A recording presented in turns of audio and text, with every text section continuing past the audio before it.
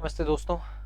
मैंने बोला था कि मैं यूनिट वाइज एनालिसिस के साथ आऊँगा, तो मैं आ चुका हूँ यूनिट वाइज एनालिसिस की। पिछले क्लास में हमने देखा था कि किस तरीके से सिलेबस को एट लार्ज देखा था। हमने अलग-अलग तरीके के सिलेबस को समझा था, यूनिट 1, 2, 3, 4 में क्या है। आज मैंने ये सोचा है कि हम यूनिट 1 के डिटेल में जाएँगे।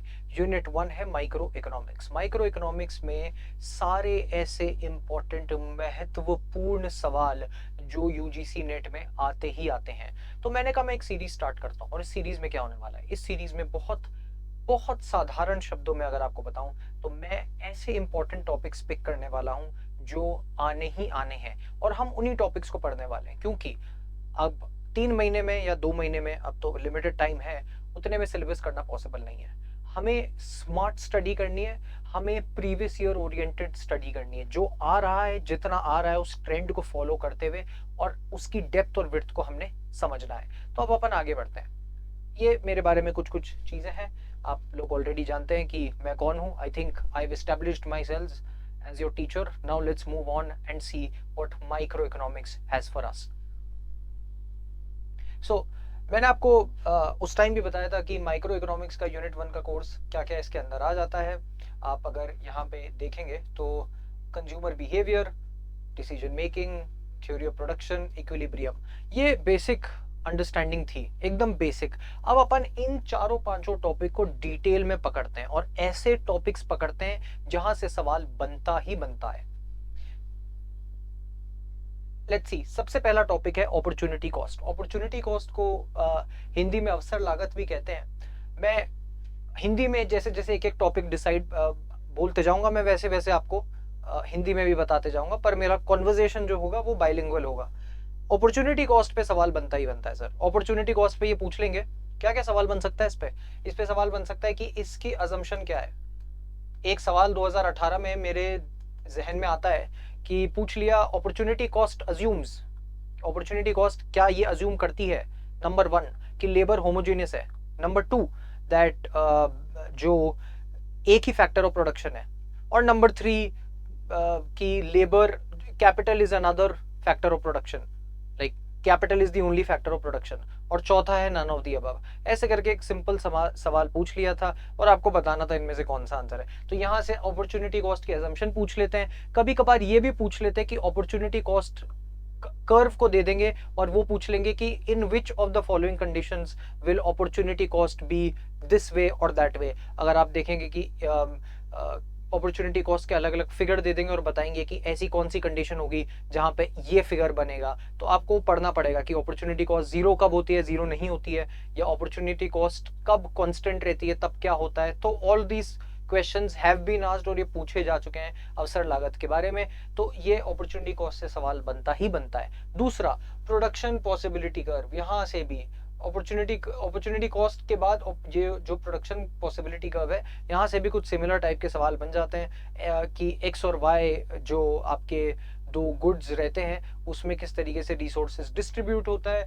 ये प्रोडक्शन पॉसिबिलिटी का पीपीसी से सवाल बनता ही बनता है सर, और यूजुअली एवरी ऑड ईयर सवाल पूछ लेते हैं। फिर consumer equilibrium, obviously one of the most important topics, बहुत ही महत्वपूर्ण टॉपिक है ये। ऑर्डिनल और कार्डिनल अप्रोच, दो ही अप्रोच है इसमें। कुछ कुछ में तो इतना बेसिक पूछ लेता है कि ये पूछ लेता है कि ऑर्डिनल अप्रोच किसने दी, कार्डिनल किसने दी। ये पहले पूछे जा चुके सवाल है।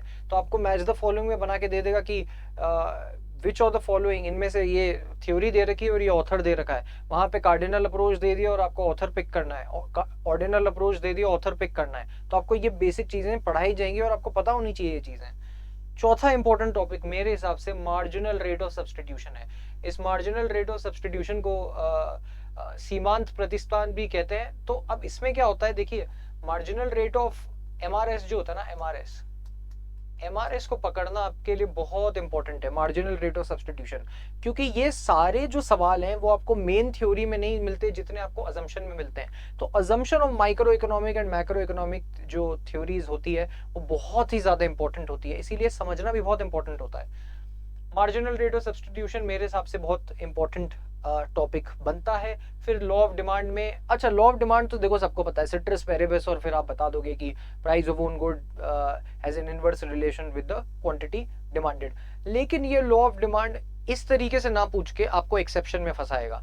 कितने ही सवाल गिफिन गुड्स पे आ चुके हैं, कितने ही सवाल वेबलिन गुड्स पे आ चुके हैं, आपको बैंडवेगन इफेक्ट पे कितने आपको सवाल देखने को मिलेंगे। तो जो एक्सेप्शंस हैं लॉ ऑफ डिमांड के, वहां से सवाल बनते हैं। यही चीज आप अगर हिंदी में समझना चाहे तो मैं यही बोलूंगा कि मांग के नियमों में उपवाद पर आपको ज्यादा फोकस करना है, एक्सेप्शंस पे अपने को ज्यादा फोकस करना है, क्योंकि वहां से सवाल डेफिनेटली बनते ही बनते हैं। तो गिफिन वस्तुएं और वेबलिन वस्तुएं काफी बार सवाल पूछा जा चुका है। अब अगर अपन अगली बात करें कि मांग की कीमत के बारे में अगर अपन बात करें, तो वी विल टॉक अबाउट ये जो price elasticity of goods, price elasticity of demand है, इससे सवाल बनता ही बनता है और अच्छा खासा न्यूमेरिकल बनता है। प्राइस इलास्टिसिटी ऑफ डिमांड से आप एक टॉप लेवल न्यूमेरिकल एक्सपेक्ट करें ही करें। तो you will have to practise, आपको अभ्यास करना ही पड़ेगा। बिना अभ्यास के आप किसी भी तीर को अपनी जगह पे नहीं पहुंचा सकते, ठीक है। तो ये प्राइस इलास्टिसिटी ऑफ डिमांड बड़ा और न्यूमेरिकल बड़ा जरूरी पड़ जाता है। फिर बहुत फंडामेंटल है ये कॉब डगलस प्रेफरेंस और कॉब डगलस फंक्शन। हिंदी में अगर हम इसे पढ़ें तो कॉब डगलस पसंद और कॉब डगलस फलन, ये दोनों के दोनों ही टॉपिक प्रेफरेंस और फंक्शन बहुत फंडामेंटल हैं, बहुत ही महत्वपूर्ण है आपके माइक्रो इकोनॉमिक्स को समझने के लिए और पढ़ने के लिए, और बहुत जम के सवाल बनते हैं इससे। आपको कॉबवेब फंक्शन दे दिया जाएगा, आपको कॉबवेब फंक्शन दे दिया, उसके बाद आपसे पूछा जाएगा कि अब बताइए इसमें ये क्या है और ये क्या है। काफी बार previous year, repeated previous year सवाल हैं ये। तो जितने भी ये टॉपिक मैं आपको बता रहा हूँ, रफली हमने सोचा है कि मैं टोटल 100 टॉपिक निकालूंगा और 100 टॉपिक को 100 दिनों में निपटाएंगे हम। और ऐसे 100 इंपॉर्टेंट टॉपिक्स अपने को खत्म करने हैं, जो कि लाइकलीहुड है 80% ऑफ द सिलेबस हमारा कवर हो ही जाएगा, क्योंकि लिमिटेड टाइम हमारे पास बचा है। तो मेरे हिसाब से कॉब डगलस और प्रेफरेंस और फंक्शन, ठीक है, पसंद और फलन, दोनों को मैं रखना चाहूंगा मेरे टॉप प्रायोरिटी पे, कि ये तो आएंगे ही आएंगे। इसके बाद मैं समझता हूं कि जो एवरेज कॉस्ट, मार्जिनल कॉस्ट और टोटल कॉस्ट वाला जो कर्व बनता है, वो भी आपको पता होना चाहिए कि कब कौन सा इंटरसेक्ट कहां से किसको कर दे। तो आपसे ये इस ग्राफ में पूछ लेगा ये सवाल कि आइडेंटिफाई, इसमें से बताइए कि एवरेज कॉस्ट क्या है, मार्जिनल कॉस्ट कौन सी है, किसको कौन पहले कट करता है। ऐसे करके सवाल आपको बनते हुए दिखेंगे। तो औसत लागत, सीमांत लागत और कुल लागत के जो प्रॉपर्टीज है, गुण है उनके, वो आपको समझना जरूरी बन पड़ता है। अब इसमें एक अपन और चीज देखें, यही चीज एवरेज रेवेन्यू और टोटल रेवेन्यू और मार्जिनल रेवेन्यू पे भी आपको बनता मिलेगा।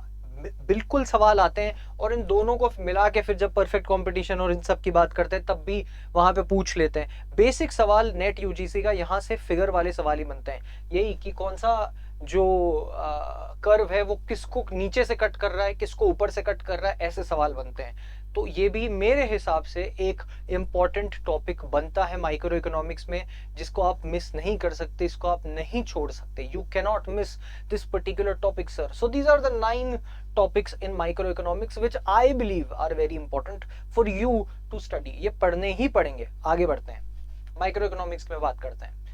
तो ये तो हिंदी में आपका इसका अनुवाद हो गया। अवसर, लागत, उत्पादन, संभावना वक्र और बाकी सारे जो भी टॉपिक्स है आप इसे पढ़ते जाइए और समझते जाइए कि ये 9 टॉपिक्स जो हैं, पहले 9 टॉपिक्स आप इनको नहीं छोड़ के जा सकते, करना ही पड़ेगा सर, करना ही पड़ेगा। आगे बढ़ते हैं। इसके बाद गेम थ्योरी, ये जो हमारा गेम थ्योरी है, जिसको खेल सिद्धांत भी कहा जाता है, नैश इक्विलिब्रियम, नैश संतुलन और संबंधित जो भी न्यूमेरिकल्स हैं वो बनते हैं गेम थ्योरी में। एवरी ऑड ईयर, हर ऑड साल में कोई ना कोई नैश इक्विलिब्रियम का, गेम थ्योरी का सवाल आता ही आता है। मैं आपको बताऊंगा गेम थ्योरी के बारे में, एक मेरा सेशन, खत्म बात। सिर्फ एक सेशन आपको लेना है, मात्र 50 मिनट का, 40 मिनट का एक सेशन होगा, उसके बाद आप वो सवाल उड़ा दोगे, ठीक है। गेम थ्योरी एक बार समझ में आ गई तो कुछ भी नहीं है, कुछ भी नहीं है। एक बार गेम थ्योरी, खेल सिद्धांत समझ में आ गया तो इसका रफली एक एक सवाल आता है और आप निपटा दोगे इसको। ये टॉपिक नंबर 10। इसके बाद परफेक्ट कंपटीशन।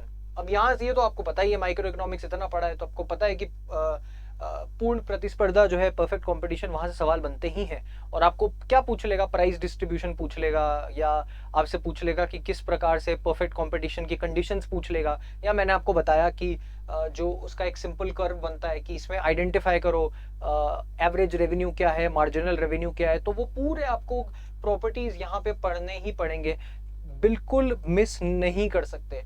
तो ये पूर्ण प्रतिस्पर्धा, एकाधिकार, मोनोपोली जो है, और एकाधिकारी बाजार, मोनोपोलिस्टिक मार्केट, पूरे और सारे एक ही लाइन में, एक टेबल में इसको निपटा देंगे अपन। एक टेबल में पकड़ेंगे, ये बनाएंगे परफेक्ट कंपटीशन, ये बनाया हमारा मोनोपोली, ये बनाया मोनोपोलिस्टिक, स्मार्ट वर्क करेंगे। ऐसा नहीं, चार चार टॉपिक डिटेल में पढ़ने के बाद एक संक्षिप्त में एक पेज पे in a very brief language we will make a table, and that table will contain different sorts of markets, sir. It will contain the perfect competition, it will contain the monopoly, monopolistic, oligopoly. चारों के अलग अलग condition में क्या क्या curve बनते हैं वो बना के अपन निपटा देंगे, वो टॉपिक खत्म, दैट्स इट। फिर अपन इसके डिटेल में और आगे पढ़ेंगे। फिर ओलिगोपोली के अंतर्गत मूल्य निर्धारण। अब यहां में क्या होता है देखिए, समझे। सो सी प्राइस डिटर्मिनेशन अंडर ओलिगोपोली, ये ड्यूओपोली मॉडल बहुत ज्यादा इंपॉर्टेंट है। ड्यूओपोली क्या होता है आपको पकड़ना पड़ेगा, समझना पड़ेगा कि ड्यूओपोली कंडीशंस कब बनती है। और ये जो एजवर्थ का ड्यूओपोली मॉडल क्या है, बर्टेंड का क्या है, कॉर्नोट का क्या है, आपको तीनों चारों जो थ्योरीज है अच्छे से पढ़नी पड़ेगी। ओलिगोपोली में बहुत एडवांस लेवल सवाल बनते हैं, आपको अच्छे से अपना कंसेप्ट क्लियर करना ही पड़ेगा। Can not miss this topic, ये टॉपिक नहीं मिस कर सकते। वही चीज प्राइस लीडरशिप को भी आपको करना पड़ेगा, मूल्य नेतृत्व आपको पढ़ना ही पड़ेगा। इसके बाद एक और बहुत इंपॉर्टेंट टॉपिक आता है जो बच्चे, अच्छा यहाँ तक तो सब पढ़ा हुआ था, मे बी गेम थ्योरी आपने नहीं पढ़ी थी, पर 11th 12th में आपने माइक्रो इकोनॉमिक्स जब पढ़ी होगी तब आपने पढ़ा होगा काफी, जो ऑलरेडी पढ़ते हुए आए हो। पर यहाँ से जो है वो थोड़ा इंपॉर्टेंट बन जाता है क्योंकि ये कॉलेज लेवल का माइक्रो इकोनॉमिक्स होती है। तो फैक्टर प्राइसिंग में परफेक्ट एंड इम्परफेक्ट कंपटीशन में क्या क्या कंडीशंस होती हैं, क्या क्या सिचुएशंस होते हैं और क्या क्या सब टॉपिक हैं, वो भी बहुत इंपॉर्टेंट बन जाते हैं। और सेम चीज अगर आप देखेंगे कारक मूल्य निर्धारण जो है, यहाँ पर सेम चीज मोनोप्सनी में बन जाती है। और ये विक्सेल वॉल्रस का क्या कंडीशन होता है, क्या थ्योरी है, ये भी आपको समझनी पड़ेगी। मोनोप्सनी भी आपको समझना पड़ेगा। सेम चीज परीटो ऑप्टिमैलिटी, कितनी बार परीटो कंडीशन, परीटो ऑप्टिमैलिटी की कंडीशन दे रखी है। एजवर्थ बॉक्स के बारे में पूछ रखा है। मतलब एवरी ऑड ईयर आप पास्ट ईयर पेपर उठाओ, आप देखोगे कि कम से कम 1 से 2 हर साल नहीं तो कम से कम 1 साल छोड़कर 1 साल परीटो ऑप्टिमैलिटी पे सवाल बनता ही है। और फिर इसके बाद एसिमेट्रिक इन्फॉर्मेशन, ये तो सर 100% बच्चा क्या अटक जाता है यहाँ पे, समझ में आता नहीं है। और ये लास्ट टॉपिक है तो इसको लगता है भाई अब एग्जॉस्ट हो गए, और यूजीसी नेट यहीं से उठा के सवाल पूछ देता है। एडवर्स सिलेक्शन, मॉरल हजार्ड, यही चीज को हिंदी में अगर अपन पढ़े तो प्रतिकूल चयन और नैतिक जोखिम, ये सवाल बनते ही बनते हैं। तो मेरे हिसाब से मैंने आपको 19 टॉपिक माइक्रो इकोनॉमिक्स के बता दिए हैं। 19 टॉपिक्स, ये 19 topics you can not miss this sir. अगर आपने इसको मिस कर दिया तो आप यूजीसी नेट और जेआरएफ मिस करने ही वाले हैं। ये टॉपिक्स आपको कंसेप्चुअली बहुत क्लियर होने चाहिए, डेप्थ और विड्थ आपको पता होनी चाहिए, और इससे सारे प्रीवियस ईयर सवाल जो है वो आपको पता होने चाहिए। तभी जाकर मैं कह सकता हूँ बहुत कॉन्फिडेंस के साथ, अगर ये 19 टॉपिक आपने मास्टर कर लिए, एकदम अपने मुट्ठी में कर लिए ना सर, तो आप देख लीजिए और मेरी बात मान लीजिए कि आपको जेआरएफ और नेट माइक्रो इकोनॉमिक्स की यूनिट नंबर 1 से रोकने से कोई भी नहीं रोक सकता। यूनिट नंबर 1 में आरओआई, रिटर्न ऑन इन्वेस्टमेंट, सबसे ज्यादा ये 19 टॉपिक्स ही आपको देंगे। धन्यवाद आपका सुनने के लिए। माइक्रो इकोनॉमिक्स की सीरीज हमारी कंप्लीट होती है। अब अपन आगे डिटेल में इन सब टॉपिक्स को पढ़ेंगे। आगे हम मैक्रो इकोनॉमिक्स यूनिट नंबर 2 के बारे में बात करेंगे। धन्यवाद।